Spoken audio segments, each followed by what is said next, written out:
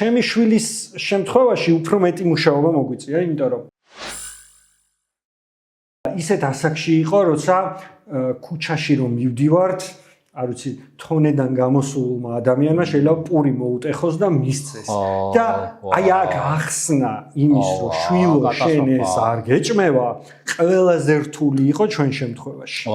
ძალიან ბევრი ვიმუშავეთ ამ თემასთან დაკავშირებით, რომ ჩვენი შვილისთვის არ ყოფილიყო ეს რაღაც მტკივნეული პროცესი და არ გვეთქვა, რომ ეხა შენ ეს პური, რომელიც თონედან გამოსულმა ადამიანმა მოგიტეხა და მოგაწოდა, იმიტომ არ უნდა შეჭამო, რომ ავად ხარ. მაქსიმალურად ვეცადეთ, რომ სხვანაირად მიგვეწოდებინა, არ არის შენთვის სასარგებლო.